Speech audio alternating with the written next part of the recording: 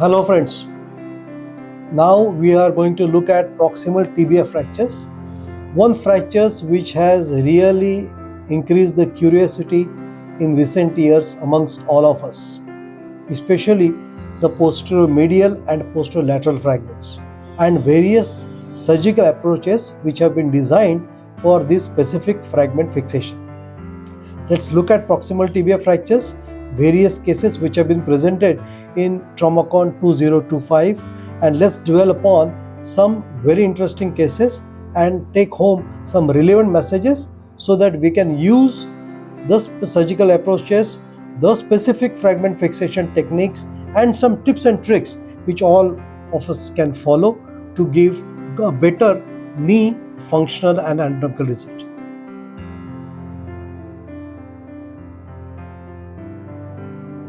I have with me Dr. Sachin Kale. He is a senior orthopedic surgeon practicing in Mumbai. And in this TraumaCon 2025, I'd like to have your opinion on a few things. The first thing is, if a patient of compound tibia comes to you with a grade 3B, so what are going to be your stepwise way of treating him? Absolutely. The first in the casualty, when the patient comes of 3, roughly, the big wound is there, the soft tissue, and so you should be step by step. The first definitely has to be the debridement, the soft tissue thing. The bone we can tackle at a later stage. Okay. And most important is that the debridement should be done by the primary surgeon. And the debridement surgery is the most vital surgery, I feel, of the whole process. Second thing, the soft tissue, the bones which are really devitalized should be removed. There is no point keeping anything because nowadays LRS and ring fixators are there which you can do acutely docking and then the limb lengthening can be taken. So don't worry, nothing to panic on the shortening of the limb. Remove the devitalized tissue, dock it, stabilize it as fast as possible, and I feel the good plastic surgery team of your hospital institute will really help, or a friend will really help for the, if require, a flap or a skin grafting. All right. How often you rely on your plastic surgeon for managing injuries of this type? Rely, definitely it is a teamwork, but definitely every time you have to be there. As I said, the first debridement has to be done by yourself only, and after maybe 5 days or second look debridement also has to be taken in the OT. Never do in the local anesthesia in the wards or something. Proper anesthesia, proper sterile conditions, and talk to him, talk to the relatives. Counseling of the patients and the relatives is very important. When to do flap and when to do graft has to be discussed completely. Right. That's a very important point. I think in any compound injuries, you need to talk with the patient's relatives, and you should also be aware about the possible medical legal issues which can pop up in days ahead. In this, I'll go ahead. If possible, you feel anything, have a video counseling. Absolutely. So nowadays, it is mandatory to have a good counseling, and proper documentation of the papers and the video counseling is really necessary. Absolutely. Can you just elaborate a little bit on the LRS technique? What you're So LRS technique is the limb reconstruction system. Predominantly it is used in, I generally prefer more in the tibia than the femur. And it is helping in the compound wounds, definitely. It can act like a day one also we can put a LRS. If the pins are not in the wound area where the plastic surgeon is not going to get, and always have a consultation with plastic surgeon. And this can act like a definitive method for treating, not in early stage, but as a definitive way also. And we have around 10 to 15 good cases done. This is one of the thesis topic of my students, and so let's see in next 2-3 years we have a good follow-up of 3 to 4 years follow-up of the patients. Wonderful. We look forward for your study in the days ahead. Any particular message you would like to give for the compound injuries? Compound injuries, don't take it lightly. Maybe like the today's lecture that even puncture wounds also don't take it lightly. If you possible, do proper debridement. And one more thing, like still in our time, they used to do very rash, put a good pressure saline wash. Never do a pressure saline one. Avoid hydrogen, something more irritants to the soft tissue because they first only are more irritated by the injuries. And saline wash, if you are preferring a vac, sometimes you are not comfortable, you're doing a second stage closure, put an incisional vac. There is no harm in putting a vac. But vac can act like a substitute for the bad contaminant tissue. The tissue has to be removed, the debridement has to be done. That's the message. What's your role on the use of local antibiotics in compound injuries? Local antibodies, I don't think has such a major role. Then also, I sometimes prefer a gentamicin. If you can think there is a space, or you can put a cement spacer with a antibiotic, but locally use not much big role at present, I feel. The stimulant issue for me is that it causes a lot of serious discharge. So sometimes we are a little confused. I hope the stimulant itself can't, like proper use of stimulant is required. But I think so, more than stimulant, the debridement and the cleaning of the wound, and that is more important. Absolutely. Because local delivery of the antibiotics and the systemic antibiotics, the amount of antibiotics really effective in that particular focus for which you are working hard, you really can't predict. Absolutely right. Absolutely right. So this is a case 1.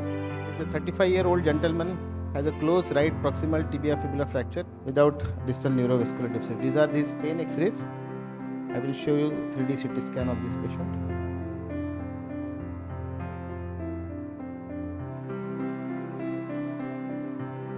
There are some axial cuts also. This patient.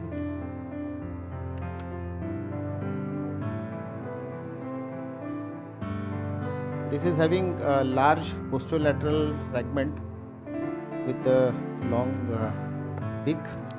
There is also an anterolateral compartment fracture with central depression on the anterolateral side. So, any ideas how to fix this thing?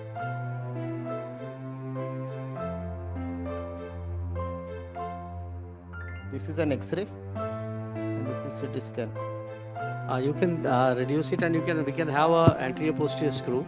You can go from the posterolateral corner, just kissing the bone, and you can put a blunt lever there and support it from the back. And then you can have a anterior posterior screw, and then you can put a raft plate, because you need a plate going back to the posterior corner. Yeah. So probably, and if it doesn't take care, then you can have a flimsy recon plate, which you can put there on the just brim to have that, and have a lateral to medial corner screws, and then you can have the rest of the thing can be done. I would not like to go posteriorly from here. Okay. Any more ideas? We don't agree with each other. Yeah. So I'll use a lateral position, modified frosh, Yeah. a long lazy as incision Yeah. in the front for the raft plate, And from behind for the posterolateral thing, a small 2.7 plate there. Sir, it is- Initially, Huh? maybe only 1 or 2 screws in the metaphysis, just hug it and then work in the front with a submeniscal and elevate and put a raft or whatever is required. Yeah, I think it's slightly depressed also. Yeah, sir, posterolateral beak is little bit large. This 2-hole plate might not contain that, but 2 hole, 3 hole, whatever is Yeah. feasible. yeah, Even if 2 screws go in that apex, Yeah. at the apex only 1 screw will be enough. yeah. And So I completely agree, because I think some dear friend Sanjay was telling to take one incision. I will take this with the modified frost also. yeah, so welcoming these ideas, I have operated this with an extended anterolateral approach. We have done a lateral lower femoral condylar osteotomy to get a good exposure of a complete lateral condyle of the upper end of tibia. The fracture was reduced and one rim plate was passed on the LCL space above the fibula, and one anterolateral buttress plate was put in. So another issue was this that upper posterolateral beak was seen from the anterior aspect itself, where the spike has been put in. So we could reduce that spike, posterolateral spike, from the anterior side and pass neutralization screw from there. So that was helpful in getting a good reduction. So this is the way we do the lateral epicondylar osteotomy to get complete exposure of the lateral condyle. And you can see by your eyes the reduction of a lateral condyle articular surface area. So this was post-op X-ray. Malleolar osteotomy was fixed with a 1 cc screw, 4 mm. So we always know that form follows the function. This was his function at the end of 1 month. 2 months X-ray. This is 2 months function. 4 months X-ray. And his patient is walking after 4 months.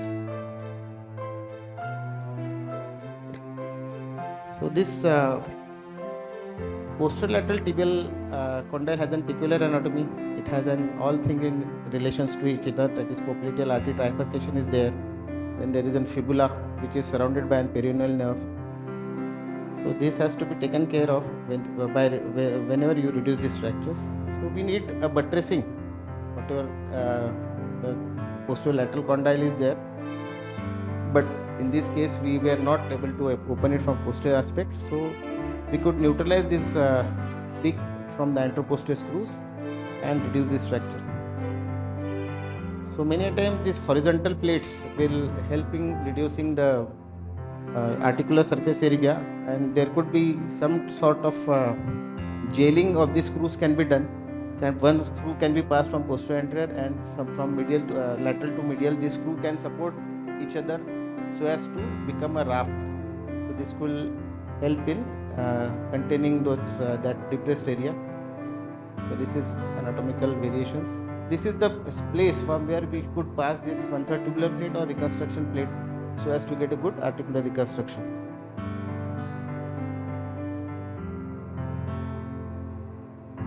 So this is another patient, 32-year-old. If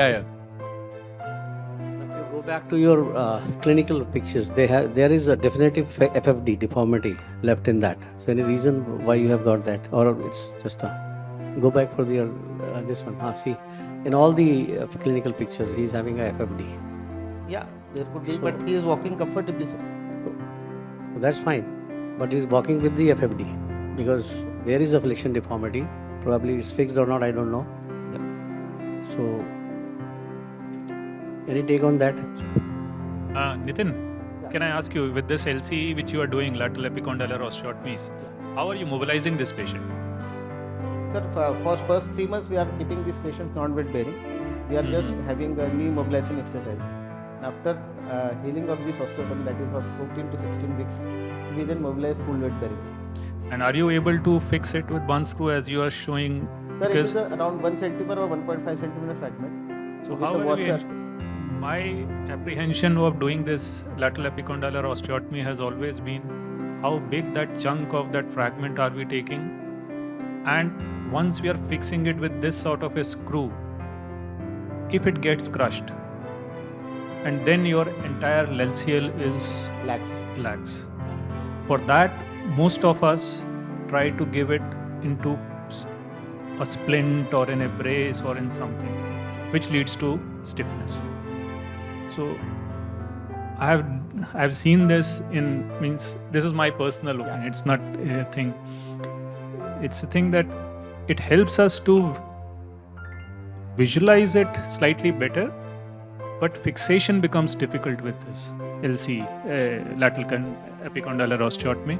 The second thing is, in our Asian population, that area is too small. If you really look at the textbook picture of 2 by 1 centimeter into 2 centimeter thickness and the square which has to be taken, it really comes low down or low up, and you are hesitant to take out such a big chunk. Your experience with that?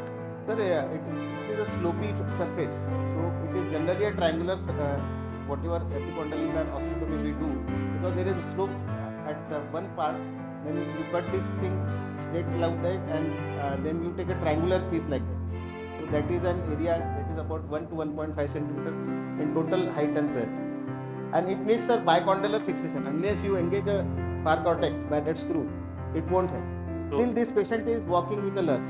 So that's a key point for people who want to go back and try lateral epicondylar osteotomy. You just cannot put in a 35 screw or a 20 screw or a 40 screw and think that in the condyle and the metaphyseal cancellous area it will be holding. As soon as you start mobilization, it will become loose. So you need to have a bicortical purchase, especially in our conditions. That's what I feel. Especially in a 45 to 50-year-old patient with a weak bone, which we normally have.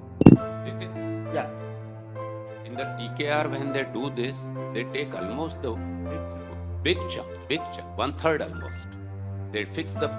I have not done this osteotomy, so I don't know. But whatever videos I have seen, it's a fairly big chunk they take, not a small piece. Sir, LCL impression on the lateral femoral epicondyle is around 1 by 1 centimeter. That is for fixation purposes, a bigger chunk. I'll tell you, I was in a cadaveric lab with Frosch and Mauricio Cafuri, where both of them combined showed us how to do this lateral epicondylar osteotomy in America. And the amount of bone which they take is a huge bone. they take, and that's an American Caucasian population in which they can take. It's roughly 2.5 centimeter, I would say, a big square, which I would also, when I did that cadaveric lab, I also was confident that my fixation is going to hold it. But when I do it in my condition, in Indian population, if I take that big a fragment, I am thinking that whether my condyle is going to break or not. That's the thing. So we intend to take smaller fragments, and that fixation sometimes becomes. But still it could, the beauty of this approach is only thing is, you can see a complete lateral condyle. And in front of your eyes, you can reconstruct the article. So, excellent case. What you are using, a washer, is a simple washer or is spike washer? Simple washer. So, is there any advantage? I haven't done it, but is there any advantage from there that if you use a spike washer, probably that will give you a I think the irregular osteotomy surface, it can get a cortical reconstruction and get completely. Young patient, it's okay, Nitin. In a 45 to 55-year-old patient, take a bigger chunk. That's fine. This is a talk on going behind the tibia.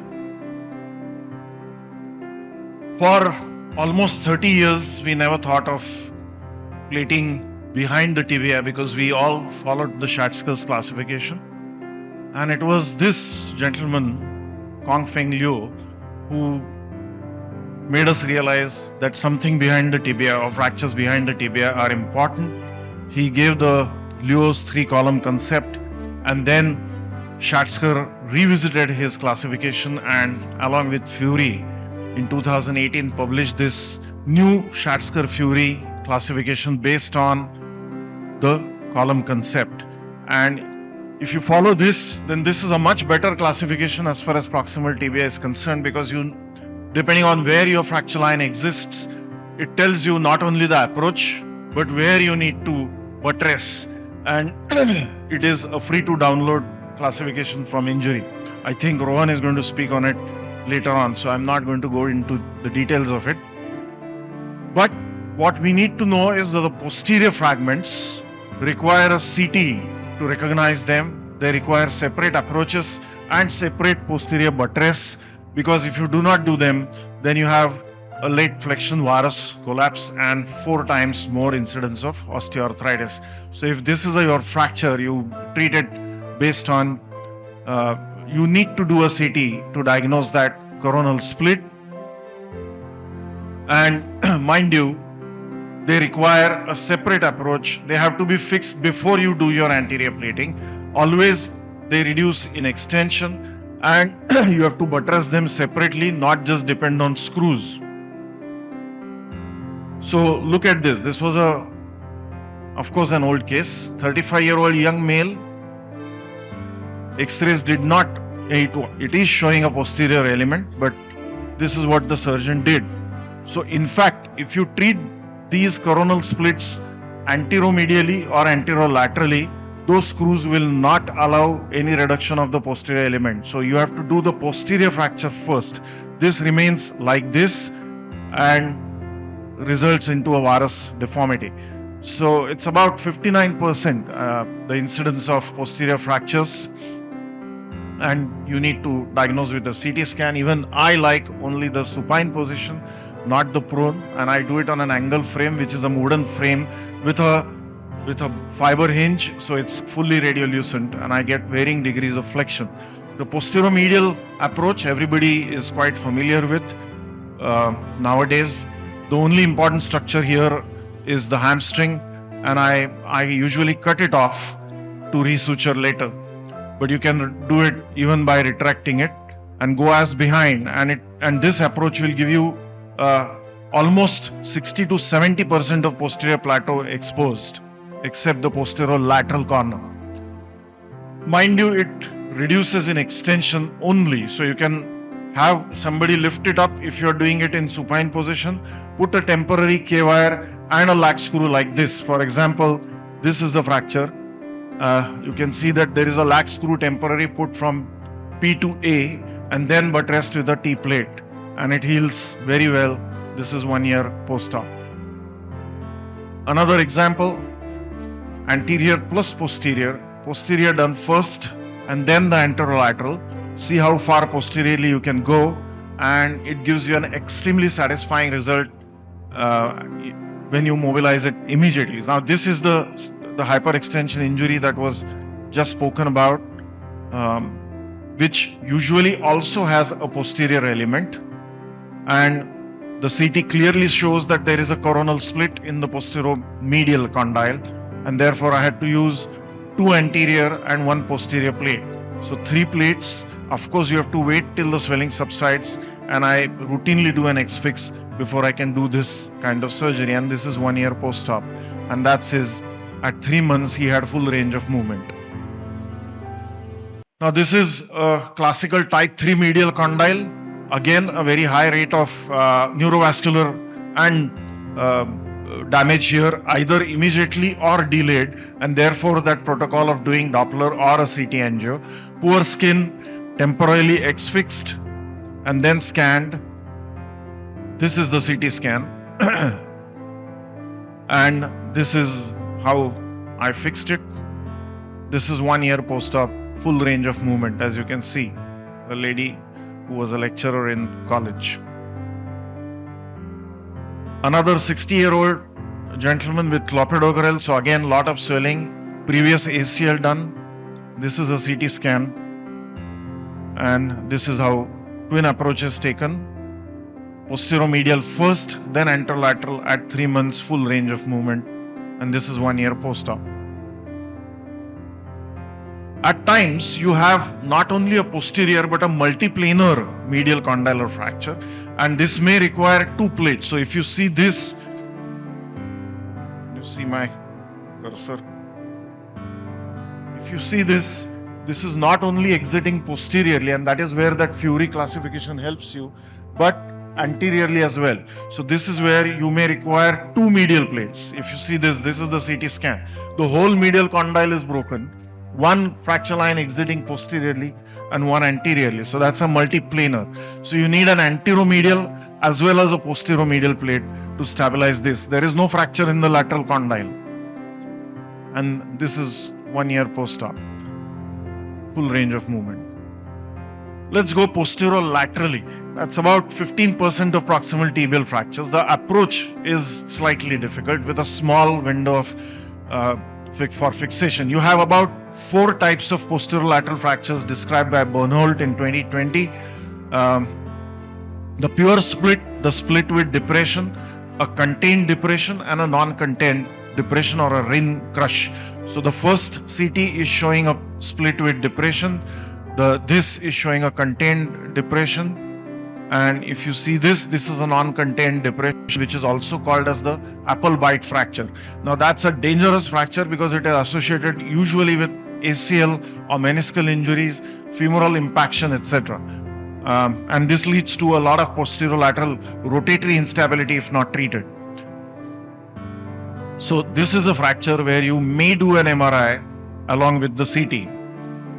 Treatment guidelines: not every posterolateral depression needs to be treated, but if you have an abnormal tibial slope as was shown, or a step off more than 3 millimeters, or a depression involving 1/3 of the plateau, the posterolateral condyle, or a demonstrable posterolateral instability in 30 degrees of flexion, these are the guidelines where you need to address this separately. Now, various ways you can do that. You can just do a buttress plate or a rim plate depending on the fracture morphology. So don't treat them anteriorly. There is a tendency of going anteriorly, doing an osteotomy and treating them because it does not really give you a good buttress. Approaches, you can divide it into fibular osteotomy and without fibular osteotomy approaches.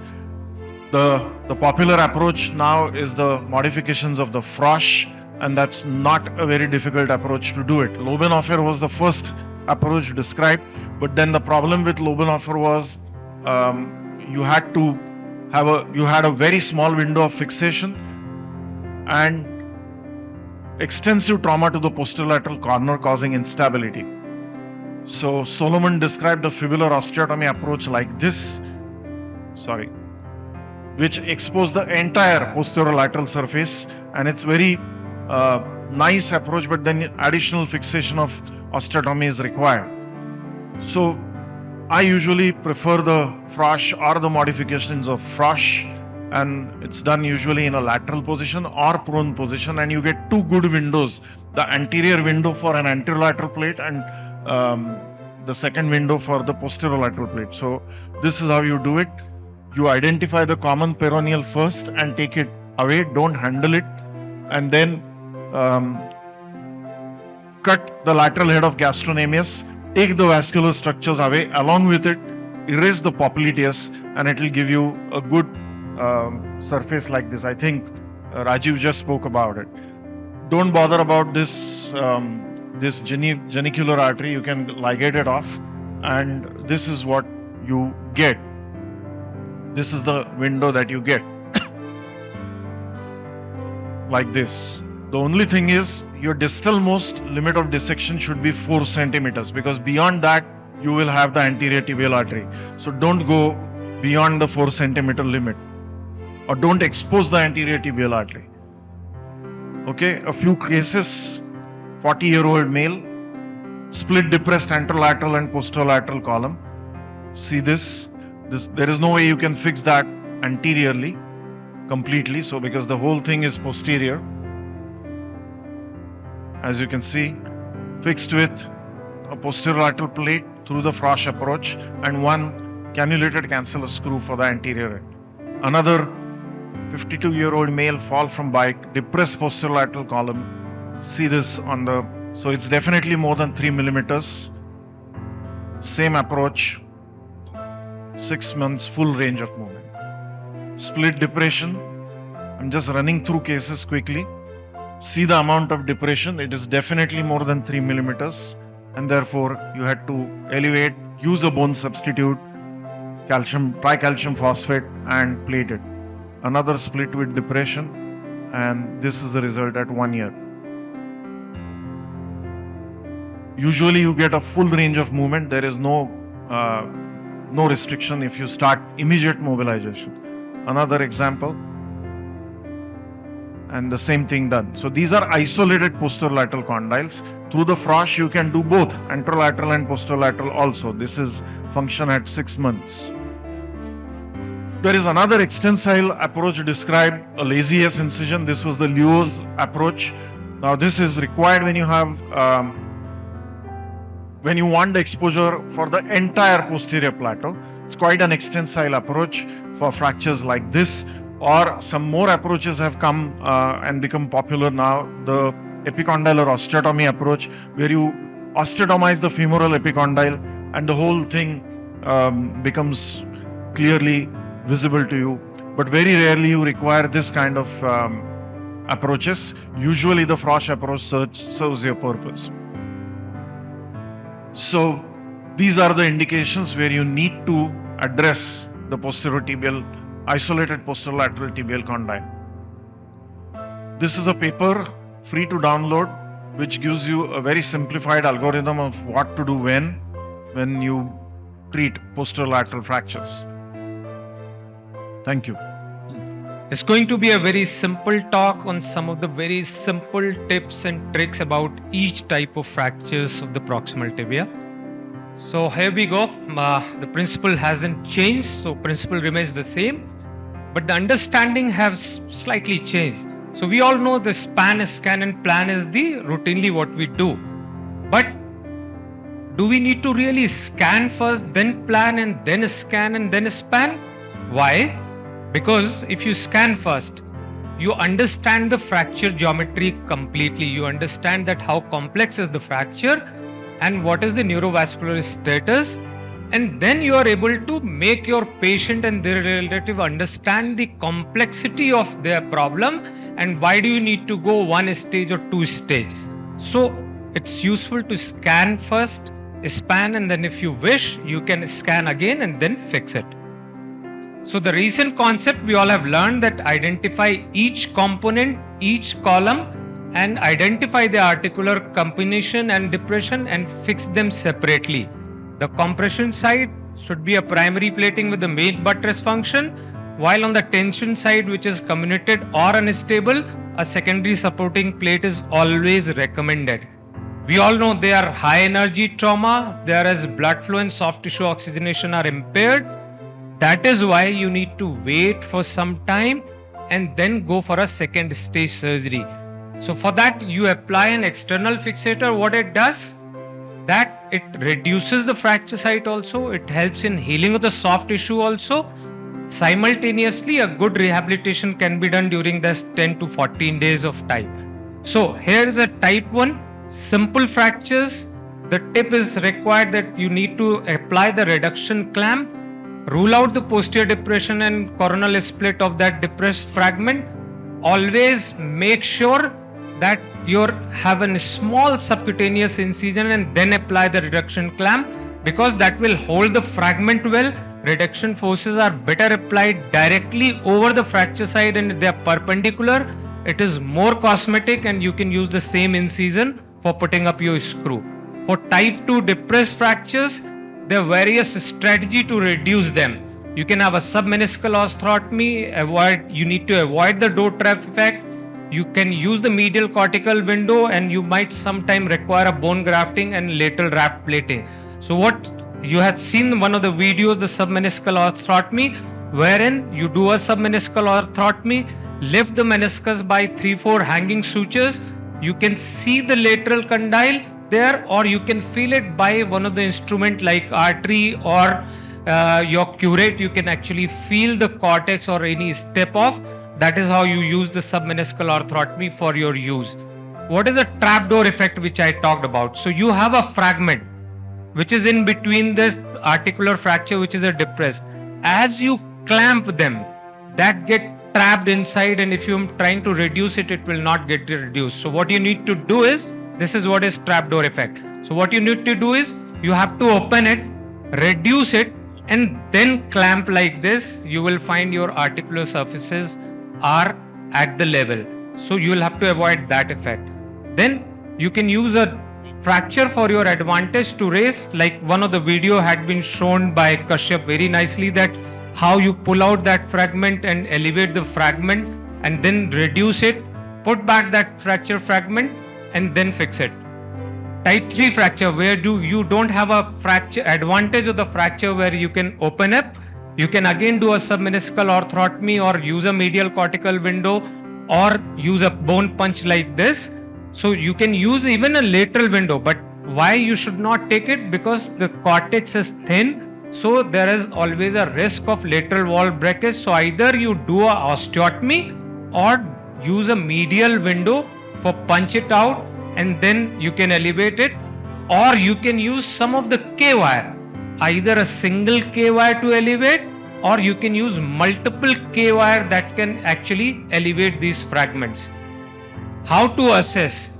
So I think Kashyap nicely told that you will have to assess both the cortex in the lateral view, the concave and the convex. Never look at the flattening of both the cortex. If you're looking at the flattening of the both cortex and seeing it that it is well elevated, well articular reconstruction done, then you are wrong. So always look at both convex and concave surface on the lateral X-ray to really assess your reduction.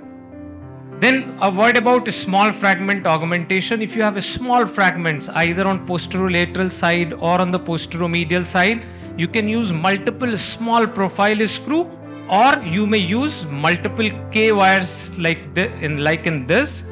You can use multiple K wires to elevate, fix those, and then buttress with a plate like this. Then there is called cantilever screw or the raft screw. There are multiple ways. One, the rafting which you do horizontally, or you can use a cantilever screw across the fracture which will further collapse. The one which was shown by Dr. Sanjay Dhawan and to an extension one also, that is also acts as a cantilever screw. So you can utilize these cantilever screws for your fracture to remain reduced and does not avoid collapses. Then for all 5-6 type of fractures, you need a fragment specific.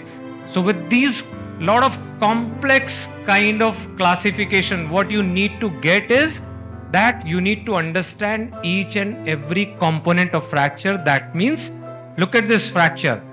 There are columns, there is a large medial column, then posterolateral column, then anterolateral column, then there is a component of depression, and always there is a component of soft tissue.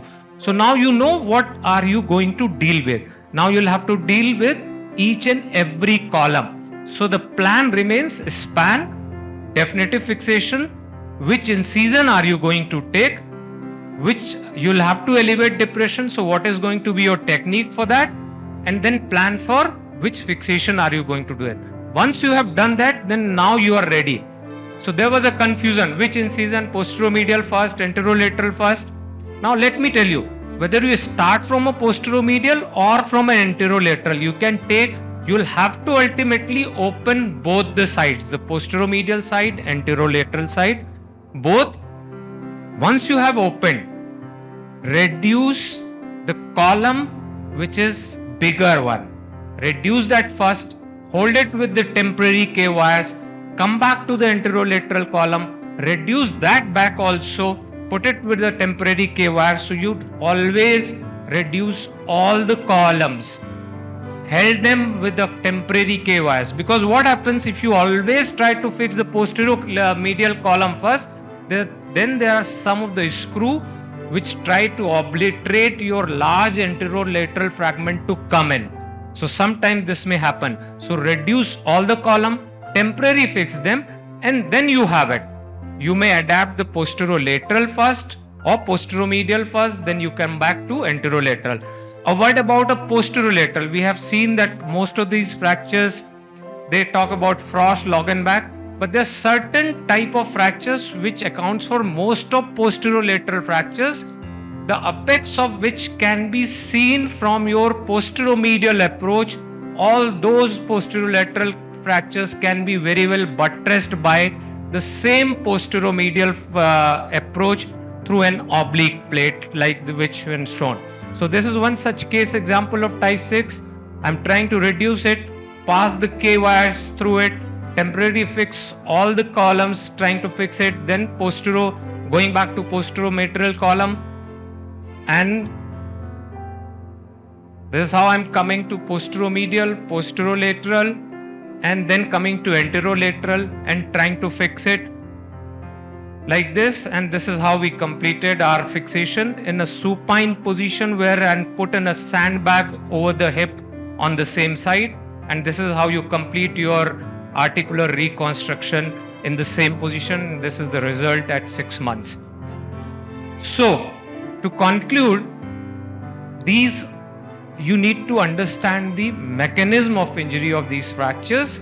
You need to understand the fractures, their components and the columns which are involved, and then approach each and every column separately and fix them separately, address them independently to each other, restore the anatomical articular surface, and have a good alignment and achieve a stable fixation so that you can start an early range of movement to get a good result. It's not a very complex case actually. This is a 50-year male who presented to us in casualty at 9 p.m. and he had a Schatzger type 6, this fracture, and the skin was already showing some duskiness, and distal pulse, the SpO2 was there, but the waveform was not there. So CT scan was done and CT angio was done, and that is the CT angio. But this is only a CT scan. I will show the image of CT angio later.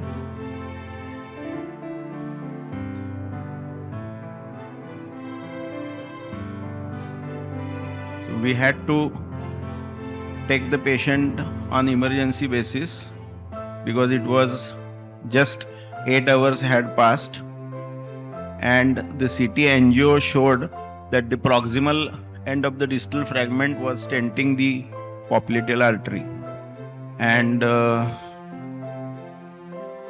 The vascular surgeon obviously told me that I'm going to open it from the medial side and you do whatever you want to do, because unless you stabilize the bone, I am not going to repair the vessel, or otherwise my repair is going to be, it will be in jeopardy. Therefore, what was done was, this was the incision taken by him, and what I did was I just fixed 2 cc screws to get hold of, to avoid moving this, the proximal end of the distal fragment, and I applied a simple medial plate, and I deferred the remaining fixation and I just applied an X-fix. Then he did his job. We had done because this was, there was a drain kept and vac was applied so that the compartment syndrome would not develop. The limb survived well, and after 6 weeks, not after 6 weeks, I went in after 8 days, went in and applied the lateral plate, kept the fixator for 6 weeks,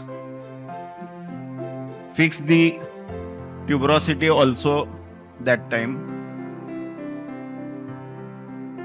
and that is the end result. So it's a, any questions?